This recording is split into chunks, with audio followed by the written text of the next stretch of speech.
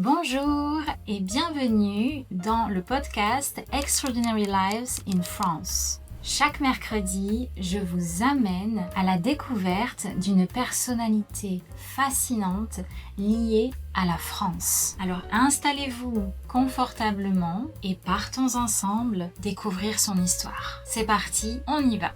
Julia Child, le repas qui va changer sa vie. Un déjeuner ordinaire, une vie extraordinaire. Nous sommes en novembre 1948. Une Américaine traverse la Normandie avec son mari. Elle a 36 ans. Elle n'est pas célèbre. Elle n'est pas cuisinière non plus. Elle ne sait pas encore ce qu'elle va faire du reste de sa vie. Dans quelques minutes, quelque chose va changer. Pas une rencontre, pas un discours, pas un grand événement historique. Un repas, un simple repas français. Ce jour-là, Julia Child ne découvre pas seulement un plat, elle découvre une vocation. Mais pour comprendre cette histoire, il faut remonter le temps. Direction la Californie.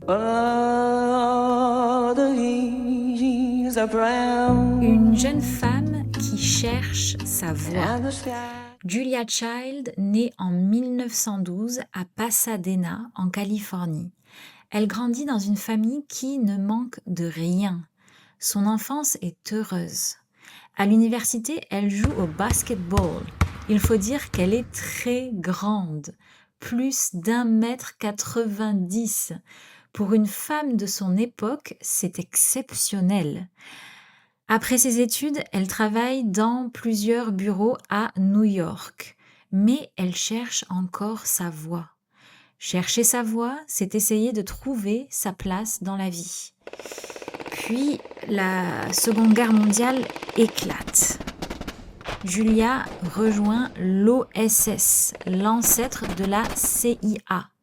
C'est là qu'elle rencontre Paul Child, un homme cultivé, passionné d'art, passionné de voyage et passionné de gastronomie. Ils tombent amoureux, ils se marient en 1946 et 2 ans plus tard, ils s'installent en France, sans imaginer que ce pays va transformer leur vie. La France lui ouvre un nouveau monde. En 1948, le couple arrive à Paris. La guerre est terminée depuis seulement 3 ans. Le pays se reconstruit. Mais Julia remarque immédiatement quelque chose. La place de la nourriture dans la vie quotidienne. Le matin, elle observe les habitants faire leurs courses. Ils discutent avec le boulanger, avec le fromager. Personne ne paraît pressé.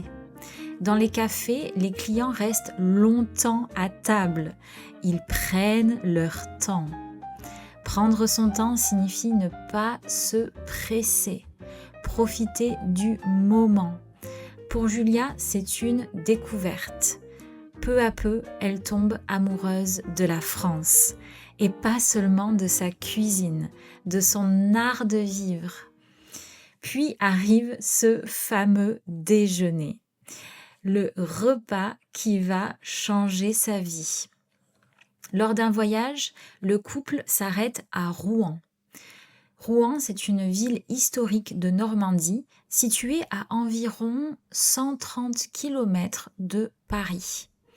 Aujourd'hui, il faut environ 1h30 pour rejoindre Paris depuis Rouen. Ils choisissent un restaurant près de la Seine.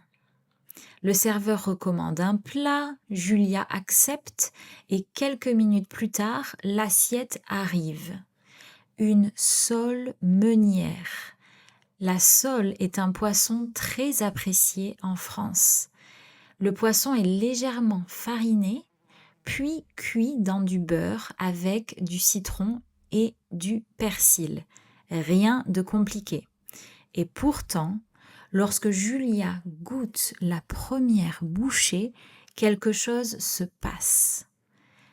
Des années plus tard, elle écrira que c'était le repas le plus excitant de sa vie. Ce n'est pas seulement le poisson qui la touche, c'est toute une philosophie, le respect des produits, la simplicité, la qualité, l'attention portée aux détails. Ce jour-là, Julia comprend que la cuisine peut être un art et elle veut apprendre. Une élève déterminée. Quelques mois plus tard, Julia prend une décision. Elle va étudier la cuisine française, la vraie cuisine française. En 1949, elle s'inscrit au Cordon Bleu à Paris, l'une des écoles de cuisine les plus célèbres du monde. Les cours sont exigeants, les chefs sont stricts, les journées sont longues. Au début, Julia a du mal, mais elle persévère. Elle recommence encore et encore.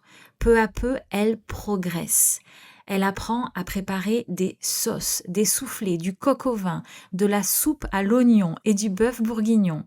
Le bœuf bourguignon est un plat traditionnel préparé avec du bœuf et mijoté dans du vin rouge de Bourgogne. Mijoter signifie cuire lentement, pendant longtemps. Mijoter, des plats mijotés. Julia adore cette cuisine qui demande du temps et de la patience. 3 femmes et un projet ambitieux.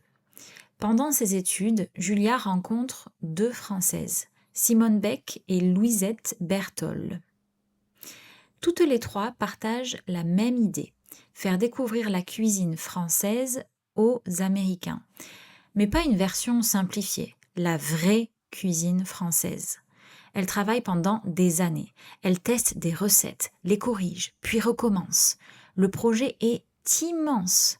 Enfin, en 1961, leur livre paraît. Son titre est Mastering the Art of French Cooking. Et le succès immédiat. Des milliers d'Américains découvrent alors le coq au vin, la quiche, la soupe à l'oignon et le fameux bœuf bourguignon. La France entre dans les cuisines américaines. La femme qui a fait découvrir la France à l'Amérique. Puis un événement inattendu se produit. Julia est invitée à la télévision pour parler de son livre.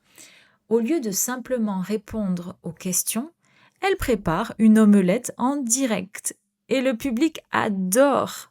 Quelques mois plus tard, elle obtient sa première émission. Elle s'appelle The French Chef. Nous sommes en 1963.